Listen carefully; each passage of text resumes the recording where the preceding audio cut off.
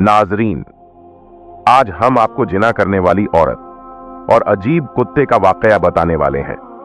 नौजवान ने जिना से बचने के लिए अपने आप को कत्ल कर लिया और फिर उस कुत्ते ने उसकी लाश के साथ क्या किया, इस वाकये को जानने के लिए हमारे साथ जुड़े रहिएगा।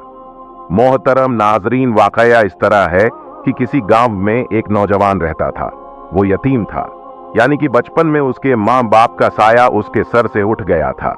लेकिन अल्लाह ताला ने कुछ ऐसा करम फरमाया कि उसके बाप ने थोड़ी बहुत दौलत छोड़कर मरा था, लेकिन वो दौलत इतनी भी नहीं थी कि उसकी पूरी जिंदगी उससे गुजर जाती।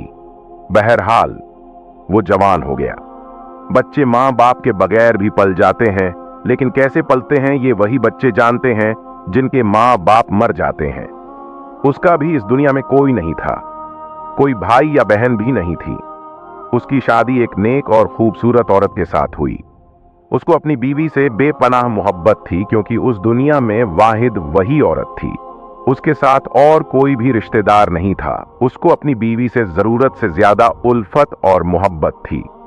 वो एक दिन की जुदाई भी बर्दाश्त नहीं कर सकता था। वो हमेशा घर पर ही रहता था, काम पर भी नहीं जाया करता था। एक दिन उसकी बीवी ने अपने शौहर से कहा, बाप दादा की मिली हुई जायदाद आखिर कब तक साथ देगी? तुम जो मेहनत मशक्कत करते थे, मजदूरी करते थे, तुमने अब वो भी करना छोड़ दिया है। अगर ऐसे ही दिन रात गुजरते रहे तो एक दिन गुर्बत आ जाएगी। अल्लाह ने भी अभी इतना दिया है कि हम पेट भरकर खाना खा सकते हैं, लेकिन जिस तरह के तुम्हारे मामलात हैं, अगर ऐसे ही रहे तो घर से बाहर न गए, तुमने रोजी तलाश न की तो एक दिन हम फाके की जिंदगी गुजारना शुरू हो जाएंगे। उसके शौहर ने कहा कि क्या करूं, तुम्हारी जुदाई और तुम्हारी मोहब्बत मुझे बाहर नहीं जाने देती। मेरा दिल ही नहीं करता कि तुम जैसी खूबसूरत और प्यारी और भोली भाली बीवी को अकेले छोड़कर मैं कहीं बाहर चला जाऊं। तुम्हारे बगैर मैं कहीं भी नहीं रह पाऊंगा। उसकी बीवी ने कहा कि जमाने का यही दस्तूर है, मर्द को बाहर निकलना ही पड़ता है, रोजी रोटी तलाश करना पड़ता है, तुम्हें घर से बाहर जाना होगा। तुम्हारे जैसा ख्याल अगर हर किसी मर्द का हो जाए तो भला दुनिया कैसे चलेगी? अगर घर में आप बगैर काम किए दाना पानी आता रहे तो इस तरह तो हर कोई अपने घर में ही बैठ जाएगा, कोई भी मेहनत मशक्कत नहीं करेगा, और यह दुनिया का दस्तूर के खिलाफ है। तुम्हें बाहर निकलना पड़ेगा। मगर उसका शौहर किसी भी सूरत में घर छोड़कर जाने के लिए तैयार नहीं था। उसकी बीवी ने एक दिन एक तरीका सोचा। उसने कहा, मैं यहाँ पर बहुत ही ज्यादा परेशान हूँ और मेरी ख्वाहिश है कि तुम अगर वाकई मुझसे मोहब्बत करते हो, मेरे लिए कम से कम 1 साल के लिए तुम इस गांव को छोड़ दो। तो यह सुनते ही वो नौजवान कहने लगा, मैं तुम्हारे बगैर कैसे रह सकता हूं? मैं कहां जाऊंगा तुम्हारे बगैर? मैं तो तुम्हारे बगैर इस घर से बाहर नहीं निकलता। तुम गांव छोड़ने की बात कर रही हो। उसकी बीवी कहने लगी, देखो, अगर तुम्हें सच में मुझसे मोहब्बत है और तुम मोहब्बत में इतने ज्यादा दावे करते हो, तो बस तुम्हें मेरी यह ख्वाहिश पूरा करना पड़ेगा। जब उसने मोहब्बत का वास्ता दिया और यह कहा कि साबित करो कि तुम्हें वाकई मुझसे मोहब्बत है, तो उसने कहा कि ठीक है, मैं तुम्हारी मोहब्बत में इस घर से निकलने के लिए तैयार हूं। तुम्हारी मोहब्बत में अपने इस गांव को छोड़कर मैं घर से बाहर चला जाता हूं, यानी कि इस गांव से चला जाता हूं, ताकि तुम्हारी ख्वाहिश को पूरा कर सकूं। शौहर की जुबान से यह सुनते ही बीवी बड़ी खुश हुई कि चलो, इस तरह कम से कम यह बाहर जाने के लिए तैयार तो हो गया। यहां तक कि वह नौजवान गांव को छोड़कर 1 साल के लिए शहर से चला गया। उसकी बीवी ने यह फैसला कर लिया था कि अपने शौहर को उसने घर से बाहर भेज दिया, लेकिन अभी एक दिन भी नहीं गुजरा था कि उसके दिल में ख्वाहिश पैदा होनी शुरू हो गई कि मेरा शौहर यहां पर मौजूद नहीं है और मैं तन्हाई की आग में जलने लगी हूं। मैं एक दिन भी उसके बगैर गुजारा नहीं कर पा रही हूं, तो साल भला कैसे गुजारेंगे? वो सोचने लगी कि मैंने ही उसे मशवरा दिया था, मैंने ही उसे मजबूर किया था, अब मुझे ही इस बात पर सब्र भी करना पड़ेगा। अब 1 साल वह निहायत ही सब्र तहम्मुल के साथ गुजार रही थी, लेकिन थी तो एक औरत, और इंसान के अंदर इंसानी ख्वाहिशें होते हैं। लेकिन इंसानी ख्वाहिश के लिए अगर शैतान आपको बहका दे तो आपको उसके बहकावे में नहीं आना चाहिए। मगर वह औरत बहकने के लिए तैयार हो गई थी। वह रात को अकेली सोई हुई थी कि शैतान वहां पर आया और उस औरत को अजीबोगरीब ख्याल आना शुरू हो गए। औरत को तरह तरह से बहकाना शुरू कर दिया औरत को बहकाने में आखिरकार शैतान कामयाब हो गया। एक दिन उसे खबर मिली कि उसके मोहल्ले में एक तवायफ रहती है, लेकिन अब वह बूढ़ी हो चुकी है और उसने अपना काम भी बंद कर दिया है। तो मोहल्ले वालों से बचते बचाते वह तवायफ के घर जा पहुंची, जिसकी दूर दूर तक खबर फैली हुई थी, जो कि बहुत ही ज्यादा मशहूर तवायफ थी। वह खामोशी के साथ बूढ़ी औरत के पास चली गई और जाकर उसके कान में उसको जाकर कहने लगी कि देखो, मेरा शौहर घर पर मौजूद नहीं है। वह कहने लगी कि मैंने खुद अपने शौहर को इस गांव से यानी कि को शहर कमाने के लिए भेजा है। वैसे पैसे तो भेज रहा है, लेकिन खुद नहीं आ रहा। 1 साल का अरसा गुजर गया। उसकी जुदाई में अपने आप को बहलाती रही हूं, सब्र से काम लेती हूं, लेकिन अब सब्र नहीं होता। क्या तुम मेरे लिए कोई इंतजाम कर सकती हो कि मैं अपनी ख्वाहिश को पूरा कर सकूं और किसी को कानों कान खबर भी ना हो, किसी को इस बात का पता न चले? देखो, वैसे तो मैं अकेली ही रहती हूं और किसी को कुछ भी नहीं पता, लेकिन मेरे शौहर को अगर यह बात मालूम हो गई कि मैंने अपनी ख्वाहिश रात को किसी और मर्द से पूरा किया है, तो फिर वह मुझे हमेशा के लिए छोड़ देगा, और मैं ये नहीं चाहती कि मेरा शौहर मुझे छोड़ दे। उस बूढ़ी तवायफ ने कहा कि देखो, मैं यह काम हमेशा के लिए छोड़ चुकी हूं। अगर तुमने मुझे इतने ज्यादा पैसे दिए हैं, जबकि तुमने मुझे बहुत ज्यादा रकम दी है, मैं एक ऐसे नौजवान का इंतजाम करूंगी जो इस जगह का न हो, वह तुम्हारी ख्वाहिश को भी पूरा करे और उसकी तुम्हारे शौहर से भी कभी मुलाकात ना हो। उसकी इस बात पर वह औरत अपने घर वापस चली गई और इंतजार करती रही कि कब तक वह तवायफ उसके लिए किसी नौजवान को लेकर आती है। वह तवायफ बूढ़ी औरत अपना काम खत्म कर चुकी थी, इसलिए ताल्लुकात भी अब उसके लोगों के साथ बहुत कम थे। उसने सोचा कि क्यों न मैं घर से बाहर निकल जाऊं, रास्ते में जो भी अकेला नौजवान दिखाई देगा उसे लाकर उस औरत के हवाले कर दूंगी। मुझे क्या है, मुझे तो बस अपने पैसों से मतलब है, फिर वह जो जी चाहे करे। वह घर से बाहर निकलती है, चलने लगती है। चलते चलते एक पहाड़ी इलाके में वह पहुंचती है। वह एक वीरान इलाका जहां पर कोई भी आता जाता नहीं था, और यह उसकी मजबूरी थी कि उसे वहां से गुजरना ही पड़ा। वह एक पहाड़ी के पास से गुजरी थी, उसे एक गार नजर आई। उसने सोचा कि रात बहुत ज्यादा हो चुकी है, आगे रास्ता खतरनाक हो सकता है, इस गार में रात के लिए पनाह ले लेती हूँ। वह घर में दाखिल हो गई। वहां पर हल्की सी रोशनी नजर आ रही थी। वह हैरत में पड़ गई कि आखिर इस वीराने में आखिर रोशनी कहां से आई। वह अंदर की तरफ चली गई और अंदर गई तो वहां पर कोई इंसान बैठा हुआ था जिसकी पीठ उसकी तरफ थी। वह खामोशी से उसके पास गई और उसे आवाज देकर कहने लगी कि सुनो, तुम कौन हो और इस वीराने में यहां अकेले क्या कर रहे हो? आखिर ये रोने की आवाज कैसे आ रही है? जैसे ही उस इंसान ने पलट कर देखा कि वह कोई बूढ़ा नहीं था, बल्कि एक इंतहाई खूबसूरत नौजवान था। इतना हसीन था कि उस बुढ़िया ने आज तक उस जैसा हसीन नौजवान नहीं देखा था। वह कहने लगी कि तुम्हारे रोने की वजह क्या है और इस जगह पर तुम अकेले क्या कर रहे हो? वह कहने लगा कि मेरे पास कोई घर नहीं है, जहां पर मैं रहता था वहां से मुझे धक्के मारकर निकाल दिया गया है। अब मैंने यहां पर पनाह ले ली है। 7 दिन से इस घर के अंदर हूं। मेरे पास खाने पीने का कोई भी सामान मौजूद नहीं है। अब मुझे ऐसा लगता है कि मैं मौत के करीब पहुंच चुका हूं। मैं बहुत ही ज्यादा मौत के करीब पहुंच गया हूं। लेकिन आप कौन हैं और यहां पर कैसे आई है? वह बुढ़िया कहने लगी कि मैं एक ऐसे नौजवान की तलाश में थी जो मेरा एक बहुत ही अहम काम कर सके। अगर तुम मेरा यह काम कर देते हो तो मैं तुम्हें मुंह मांगी रकम दूंगी और पेट भरकर खाना भी खिलाऊंगी। वह नौजवान तो यह सुनकर बहुत ज्यादा खुश हो गया। वह कहने लगा कि मैं आपका हर काम करने के लिए तैयार हूं, बस मुझे बताओ कि कहां जाना है और क्या काम करना है। उस नौजवान को अभी तक यह पता ही नहीं था कि वह आखिर क्या काम करने वाला है। उस बुढ़िया ने कहा कि मेरे साथ साथ आ जाओ। वह नौजवान उसके पीछे पीछे चलने के लिए तैयार हो गया। आखिर भूख इंसान से सब कुछ करवा सकती है। उस बूढ़ी तवायफ के पीछे पीछे चल पड़ा।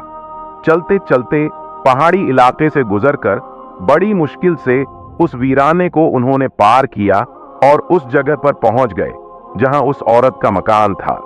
आगे बढ़कर उस बूढ़ी तवायफ ने उस औरत के दरवाजे को खटखटाकर कहा कि मैंने तुम्हारे लिए एक नौजवान का इंतजाम कर लिया है जो अभी काम करना है। इसे बता दो और तुम्हारा हर काम करने के लिए यह तैयार है। उसके बदले इसको पेट भरकर खाना दे देना और वह तुम्हारा काम कर देगा। उस औरत ने जैसे ही दरवाजा खोला तो सामने एक ऐसे नौजवान को देखा जो कि बेइंतहा हसीन था। उसका शौहर से वो नौजवान कई गुना ज्यादा खूबसूरत था। औरत ने बुढ़िया की तरफ देखकर कहा कि वाह, बहुत ही जबरदस्त काम किया है तुमने, मैं तुम्हें तुम्हारी मनचाही रकम दूंगी। और नौजवान, क्या तुम अंदर आना पसंद करोगे? वह नौजवान डरते डरते घर के अंदर दाखिल हुआ, पूरे घर का जायजा लेने लगा। वह औरत उसके लिए खाना लेकर आई। उसने जल्दी जल्दी खाना शुरू कर दिया क्योंकि वह भूखा था और अल्लाह ताला का शुक्रिया अदा किया। अल्लाह का शुक्र अदा करके औरत की जानिब मुतवज्जह हुआ और कहने लगा, बताइए कि मुझे क्या काम करना है। उस औरत ने कमरे का दरवाजा बंद कर लिया और उसके सामने बरहना हो गई। वह नौजवान तब तक उस बात को समझ ही नहीं पा रहा था कि आखिर काम क्या करना है, लेकिन जब वह औरत उसके सामने बगैर कपड़ों के आकर खड़ी हो गई तो उसने अपनी आंखें फेर ली और कहने लगा, आपने मुझे यहां पर किस काम के लिए बुलाया है? औरत कहने लगी कि मैंने तुम्हें इसी काम के लिए बुलाया है। देखो, मेरा शौहर घर पर मौजूद नहीं है। मुझे एक ऐसे नौजवान की तलाश थी जो मेरी ख्वाहिश को पूरा कर सके और मेरे राज को किसी पर जाहिर न होने दे। यह सुनते ही वह नौजवान हैरान रह गया। वो औरत कहने लगी कि गुनाह करना है तो कर लो, यहां पर देखने वाला कौन है? वह नौजवान कहने लगा, अगर देखने वाला कोई नहीं है तो फिर वह कौन है जिसने तुम्हें बनाया, जिसने मुझे बनाया? इससे पहले कि तुम मुझे बहकाने की कोशिश करो, मैं यहां से चला जाता हूं। वह औरत कहने लगी कि नहीं, अब तुम यहां से नहीं जा सकती हो क्योंकि तुमने मुझे इस हालत में देख लिया है, जिस हालत में सिर्फ मुझे आज तक मेरे शौहर ने देखा था। अब तुम यहां से हरगिज कहीं नहीं जा सकते हो। वह नौजवान कहने लगा, क्या तुम्हारी यही शर्त है कि मैं यहां से न जाऊं? वह कहने लगी कि हां, क्योंकि तुम्हें मेरी ख्वाहिश को पूरा करना होगा और जब तक तुम मेरी ख्वाहिश को पूरा नहीं करोगे तुम यहां से नहीं जा सकते। वह नौजवान कहने लगा कि तुम्हारी ख्वाहिश को पूरा करने से पहले मैं खुद को मार देना चाहूंगा। इससे पहले कि वह उसको रोकती, उसके करीब पड़ी छुरी उसने अपने आप पर चलाई और खुद को काट लिया और तड़प तड़प कर वहीं मर गया। उस औरत के दिल में किसी किस्म का कोई पछतावा नहीं आया था, कोई भी शर्मिंदगी नहीं आई थी कि मैं आखिर क्या करने वाली थी। उस नौजवान ने अपने आप को जिनाकारी से बचाने के लिए अपनी जान तक दे दी, मगर उस औरत ने कोई सबक हासिल नहीं किया था, बल्कि अब वह सोच रही थी कि मैं इसकी लाश का क्या करूं। बाहर ले जाऊंगी तो लोग मुझे पकड़ लेंगे, लोगों को पता चल जाएगा और मैं वैसे भी अपनी इस राज को छुपाना चाहती हूं। अब वो औरत सिर्फ इसलिए डर रही थी कि उस नौजवान की लाश की वजह से किसी को यह पता न चले कि यह मेरे घर में था और इसी को मैंने ही मारा है। बाहर ले जाने से बेहतर है कि मैं इसको घर के किसी एक हिस्से में दफन कर देती हूं। उसने सहन को खोदकर एक बड़ा सा गड्ढा तैयार किया। नौजवान की लाश को दफन कर कर सहन के फर्श को उसने बराबर कर दिया। वह अपने कमरे में आकर बैठी और उस नौजवान को कोसने लगी कि बेवकूफ नौजवान था। सोच ये रही थी कि मेरी ख्वाहिश को पूरा नहीं कर सका, अब क्या मैं इस तरह तन्हाई में अपनी जिंदगी का गुजार होगी कि अचानक उसके घर पर दस्तक हुई। उसने आवाज दी कि कौन?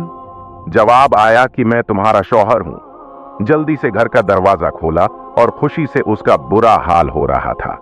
वह बहुत ज्यादा खुश थी कि आखिर मेरा शौहर आया है। उसके शौहर के साथ एक कुत्ता भी था। वह कहने लगी कि अरे वाह, यह तो बहुत ही खूबसूरत कुत्ता है। उसके शौहर ने कहा, हाँ, ये मैं खास कर अपने घर की रखवाली के लिए लेकर आया हूं। मैं कहीं बाहर भी चला जाऊं तो तुम्हारे दिल बहलाने के लिए ये तुम्हें बहुत खुश करेगा। बीवी बोली कि अच्छा है, बहुत ही अच्छी बात है, आप मेरे लिए इसको ले आए। वह अपने शौहर और कुत्ते को लेकर घर में आ गई। वक्त गुजरता रहा। घर की उसकी जिंदगी वक्ती तौर पर बहुत अच्छी गुजर रही थी। उसने सोचा यही था कि मैंने किसी के साथ बदकारी नहीं की, वरना बिला वजह मुझे इस बदकारी को हमेशा के लिए छुपाना पड़ता। लेकिन वह यह भूल गई थी कि जिसके सामने बरहना हुई थी, जिसके साथ बदकारी करना चाह रही थी, उसकी लाश उसने उसी घर के सहन में मौजूद रखी थी। उसको छुपा रखा था और यह बात कोई भी नहीं जान सकता था। लेकिन अल्लाह तबारक व तआला जरूर जानता था जिसकी पकड़ से बचने के लिए उस नौजवान ने खुद को मार दिया था कि अल्लाह ताला देख रहा है। एक दिन ऐसा हुआ कि वह पड़ोस में किसी काम के लिए गई हुई थी। उसका शौहर कुत्ते के साथ घर में अकेला था। अचानक उस कुत्ते ने जमीन को खोदना शुरू कर दिया। उसका शौहर कुत्ते को जमीन को खोदता देखकर बहुत ज्यादा हैरान था कि आखिर यह कुत्ता कर क्या रहा है। कुत्ता जमीन को यूं ही खोदता जा रहा था। खोदते खोदते जब वहां से उसने मिट्टी हटा ली तो देखा कि अंदर बोरी थी और बोरी में कोई चीज लिपटी हुई थी। उसके शौहर की जब नजर उस कुत्ते पर पड़ी कि इसने जमीन से कुछ निकाला है, वह बहुत जल्दी से भागा और कहने लगा, अल्लाह रहम करे, यह इस शहर के हिस्से में यह क्या बला है। उसने जल्दी से उस बोरी को बाहर निकाला और जैसे ही उस बोरी का मुंह खोला वहां पर एक लाश मौजूद थी। शौहर पहचान नहीं पाया था कि वह लाश किसकी है। अब तो राज खुल चुका था। उस कुत्ते ने राज खोल दिया था। बीवी से पूछना बाकी था, ये कौन है। उसने फौरन अपनी बीवी को बुलाया और कहने लगा कि बताओ ये कौन है और इस शहर में ये क्या कर रहा है। अगर मुझे सच नहीं बताओगी तो मैं तुम्हें जान से मार दूंगा और तुम्हें भी इसी वक्त इसी जगह पर दफन कर दूंगा। डर के मारे उस औरत ने सब कुछ सच सच बता दिया कि आप 1 साल तक घर नहीं आए थे तो मेरे दिल में जिना का जज्बा पैदा हो गया। शौहर कहने लगा, तुमने मेरी गैर मौजूदगी में बदकारी का काम करना चाहा। उसका शौहर बोला कि अफसोस है कि तुम्हारी याद में मैं शहर में एक एक पल नहीं गुजार सकता था, तुम्हारे बगैर नहीं रह सकता था। तुम्हारी खातिर मैंने बहुत ज्यादा मेहनत की, लेकिन तुमने मेरे पीछे यह क्या किया। तुमने अमानत में खयानत करनी चाहिए। तुम गद्दार हो। मैं तुम्हें अपनी बीवी नहीं मानता और इसी वक्त तुम्हें तलाक देता हूं। उसने अपनी बीवी को फौरन तलाक दे दी और अपने घर से बाहर निकाल दिया और वह वहां से रोती पीटती हुई बेबस होकर चली गई। जिस राज को छुपाना चाहती थी उस राज को तो उस कुत्ते ने अब खोल दिया था। मोहतरम नाजरीन, लोग अपनी ख्वाहिशों को पूरा करने के लिए ये तक नहीं देखते कि हम हलाल काम कर रहे हैं या हराम काम कर रहे हैं। यहां एक सवाल यह भी उठता है कि अगर उस नौजवान की जगह हम और आप होते तो भला क्या करते। इसका जवाब अपने आप को जरूर दें और सोचिए आज हमारा क्या हाल है। और साथ ही वह लोग भी गौर करें जो अपनी बीवियों को 2-2 या 3-3 साल तक के लिए अकेला छोड़ देते हैं। आखिर बीवी की ख्वाहिश का भी एहतराम क्यों नहीं करते हैं। आखिर में अल्लाह ताला से दुआ है कि अल्लाह ताला हमें आपको हम सबको गुनाह से बचाएं और सीरते मुस्तकीम पर चलने की तौफीक अता फरमाए। आमीन। इस वीडियो को दूसरों तक शेयर कर दें। हो सकता है